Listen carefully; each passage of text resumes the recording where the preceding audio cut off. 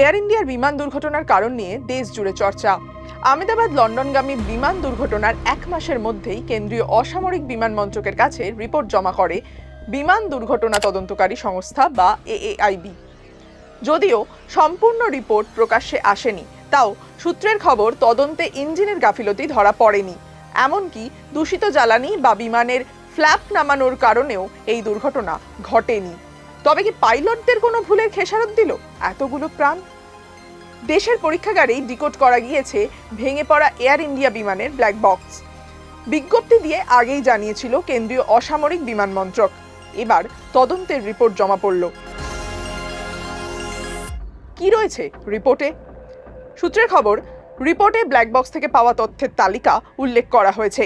সেখান থেকেই পাইলটদের প্রসঙ্গ উঠে আসছে। তবে এটি একটি প্রাথমিক রিপোর্ট। এর ওপর ভিত্তি করেই জুলাই মাসের মধ্যে আরও একটি রিপোর্ট তৈরি করা হবে, যার থেকেই স্পষ্ট হতে পারে দুর্ঘটনার প্রকৃত কারণ।